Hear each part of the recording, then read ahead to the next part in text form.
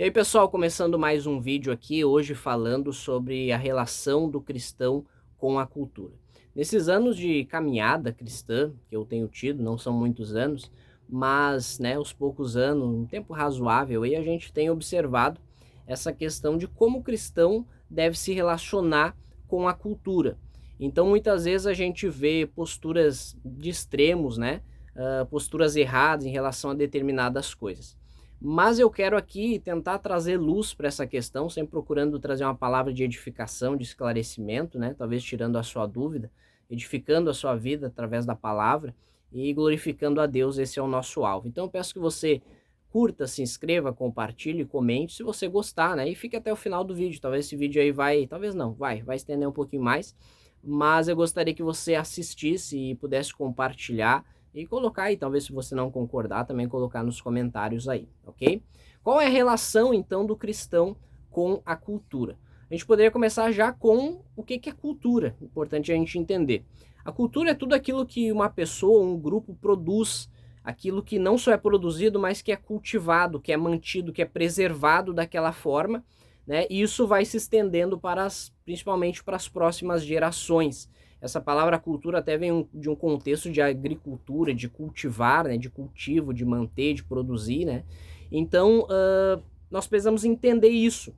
Nesse pacote chamado cultura, que envolve crenças, costumes, né, estilo de vida, modo de se vestir, comida, enfim, dentro desse pacote que é a cultura que está nas nossas sociedades, nós vamos ter coisas boas e coisas ruins.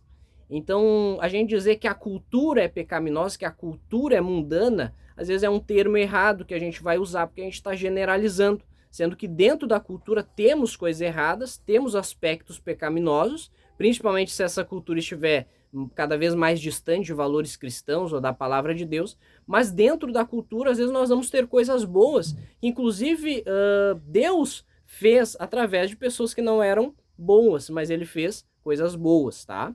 Então, a cultura é esse grande pacote com várias coisas dentro. E daí que nós temos essa dificuldade do cristão com a cultura. A Bíblia diz que temos que ser santos, a Bíblia diz que temos que ir na contramão do mundo, né? Mas até que ponto? Em relação ao quê? E aqui que eu quero tentar esclarecer através desse vídeo. O pastor Mark Driscoll, né, um pastor americano, ele falou dos 3 R's da cultura, os 3 R's em relação à cultura no livro dele Reformição. Eu quero aproveitar esse conceito aí para a gente embasar o nosso vídeo. Qual é o primeiro R em relação à cultura? Qual é a primeira postura que nós como cristãos precisamos ter em relação à cultura? Então aqui, ó, em alguns casos, nós vamos ter que rejeitar. Esse é o primeiro R. Existem coisas na nossa cultura, elementos, práticas, crenças, que nós como cristãos temos que simplesmente rejeitar, não temos como abraçar aquilo ali, porque são pecado. Vou dar exemplos bem simples, a mentira. Não tem como você dizer assim, não, a mentira dá para aproveitar aqui, dá para a gente receber, dá para a gente mentir. Não, não tem como mentir, é pecado.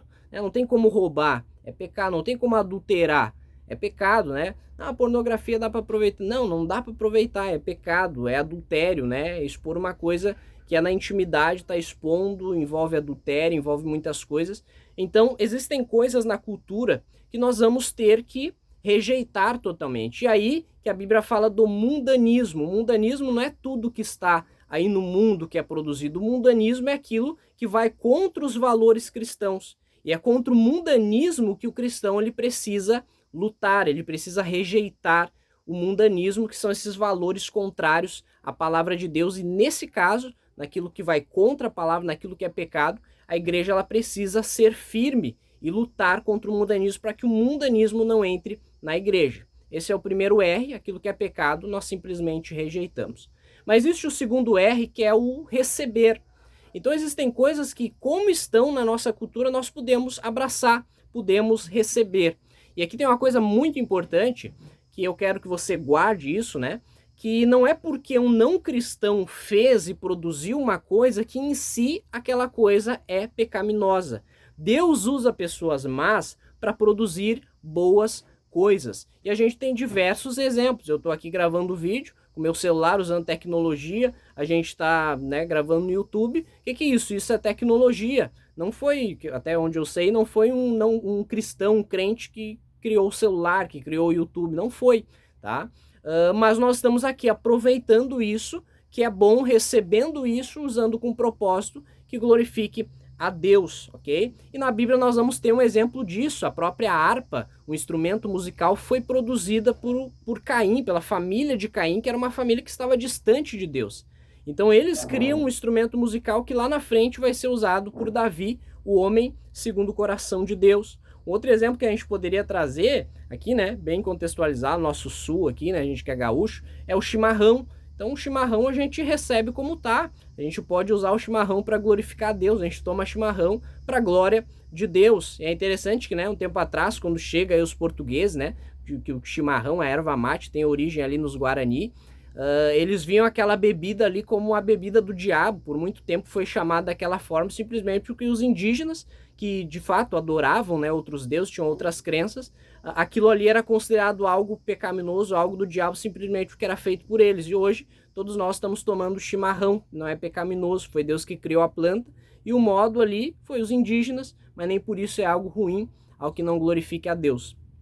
Então, existem coisas que nós simplesmente recebemos, é bom como está, e a Bíblia chama isso de, a Bíblia não, né, a teologia chama isso de graça comum. Existem coisas boas na nossa cultura que nós podemos receber, que nós podemos aproveitar, ok? Então, até aqui, acho que foi tranquilo. Agora, começa a ficar um pouquinho mais complicado, né, mais difícil até de alguns aceitarem, que é o terceiro R, que é o redimir. Eu coloquei aqui no meu esbocinho, resgatar ou ressignificar. Então eu quero que você entenda que existem coisas na nossa cultura que em si elas não são pecaminosas. Aquela coisa em si ela não é errada. Ela está sendo usada com um propósito errado, ou dentro dela tem partes pecaminosas e partes boas. Para você entender melhor, eu vou trazer aqui uma ilustração de uma fruta, tá? Quando você vai lá e compra ali um cacho de uva, por exemplo, você vai ter ali alguma uva ali que está estragada no meio. O que você faz? Você pega, tem 3 uvas estragadas, o resto está tudo bom. Você pega aquele cacho e joga fora? Ou você tira aquelas uvas que estão estragadas e você come o resto, porque vai te fazer bem o resto. E às vezes o resto é a maior parte. Então essa deve ser, ou deveria ser, a nossa postura em relação a algumas coisas na nossa cultura. E aqui que eu vejo o problema, porque muitos de nós acabam pegando e tendo duas posturas erradas. Os 2 R's que eu já falei são aplicados nessas coisas que não deveriam ser aplicadas. Então o que acontece? Muitos cristãos vê algumas práticas, vê algumas coisas que poderiam ser reaproveitadas e o que acontece? Eles acabam então rejeitando tudo aquilo, né? Simplesmente quem tem 2, 3 coisas ruins ali, então tudo aquilo é rejeitado e jogado fora. E nisso, qual é o problema disso? O problema disso é que a gente acaba deixando de aproveitar coisas boas da nossa cultura, que poderiam, né, servir, inclusive, para a nossa edificação e para a glória de Deus. A gente acaba recebendo, rejeitando, ou melhor, né, dizendo aquelas coisas ali, porque a gente acha que é pecado. E a outra postura, a gente acaba muitas vezes recebendo e comendo da fruta até aquelas que estão estragadas, e isso vai nos fazer mal. E aqui que é o ponto muito interessante, muito importante para nós, é que quando a gente, tanto a postura de rejeitar tudo, quanto de receber tudo, aquilo que é errado e pecado, vai nos fazer mal. Quando nós rejeitamos tudo, nós deixamos de nos edificar, e uma coisa muito importante para a igreja, para o cristão que quer ser um cristão missional, que quer ganhar almas, ele acaba criando barreiras para o não cristão. Então muitas vezes a gente perde oportunidades de evangelizar, a gente perde oportunidades, pontos de contato com as pessoas para poder então apresentar o evangelho, porque a gente cria uma barreira, a gente rejeita até aquilo que a Bíblia não diz para a gente rejeitar. Como a outra postura de até muitas igrejas hoje, né, que querem atualizar, que querem modernizar, elas vão abraçando tudo aquilo que é pecado, elas vão abraçando até aquilo que é errado e não tem esse discernimento em relação a aquilo que é bíblico, aquilo que é bom e aquilo que não é. Então qual é a solução? A solução é esse terceiro R que eu estou trazendo aqui, é redimir, é resgatar, é ressignificar.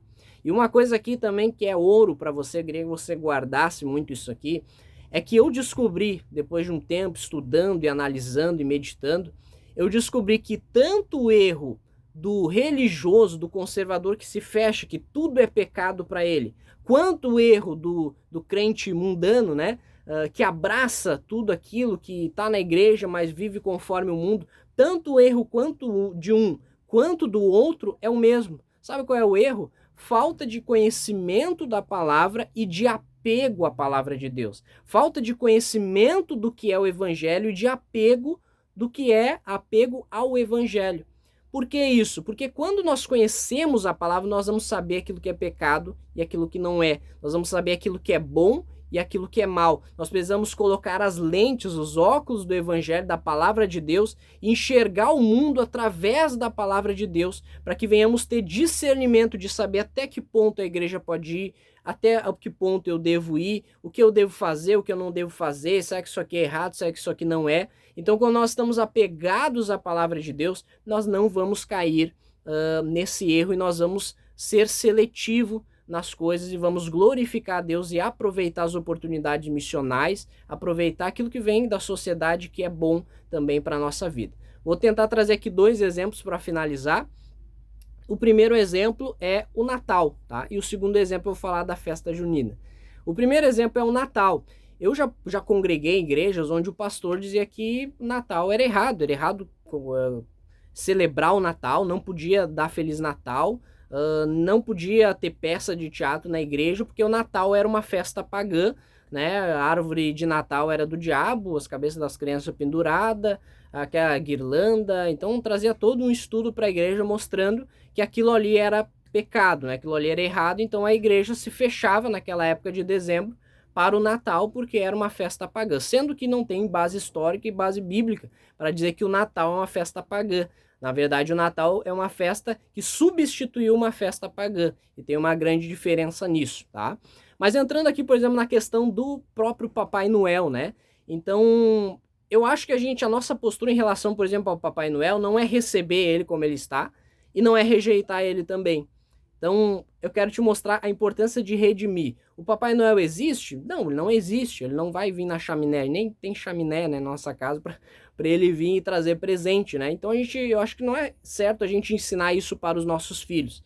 Mas ele não existe. Mas ele já existiu. O Papai Noel foi o São Nicolau. Ele foi um pastor, ele foi um homem de Deus que lutou contra falsos ensinamentos. E tudo que se tem, que se sabe sobre ele é que ele ajudou de fato as crianças, né? Então ele ajudou com presente, pessoas, né, necessitadas lá, levava presentes e tal. Então, em vez da gente dizer para os nossos filhos, não, Papai Noel não existe e tal, isso é errado, por que a gente não ensina que ele existiu? Por que a gente não ensina que ele foi amigo de Deus, um servo de Deus que hoje está no céu e que um dia a gente vai morar no céu com Jesus e com o Papai Noel? É isso que a gente tenta ensinar aqui para Catarina. Então eu não recebi como está, eu não rejeitei, mas eu resgatei o significado, eu reaproveitei aquela prática ali de uma forma que glorifique a Deus, de uma forma compatível com a palavra de Deus. E quantas igrejas perdem tantas oportunidades na época de Natal em que ainda se fala de Jesus, apesar do comércio, apesar de ter muitas coisas juntas, às vezes o Papai Noel de fato é o personagem mais importante na nossa cultura, mas ainda se fala em Jesus. Então por que a gente não aproveita, né, essa abertura da nossa sociedade para pregar o verdadeiro Jesus, para falar por que Jesus nasceu numa manjedoura, por que ele veio, né, a esse mundo? É uma baita oportunidade missional. O segundo exemplo que eu quero trazer aqui é da festa junina, que a coisa fica um pouquinho mais complicada, porque muita gente, né, já pensa em festa junina, já pensa numa coisa errada, numa coisa pecaminosa também. E aqui a gente precisa, mais uma vez, ter conhecimento bíblico e ter discernimento sobre o contexto onde a gente está. Muitos cristãos rejeitam a festa junina por causa da sua origem, né? Então dizem, não, a festa junina é uma festa, né, para São João, de adoração a São João. De fato, a origem dela tem a ver muito com isso, com a adoração, né, ao discípulo João. E a gente não adora santos, a gente não adora João, a gente adora Jesus, que ele é o único mediador entre Deus e os homens. Mas, né, daí a gente vai lá e proíbe os nossos filhos de irem na escola, porque vai ter festa junina. Só que hoje, o que é? Pelo menos aqui, ó, na maioria, pode ter exceções? Pode ter.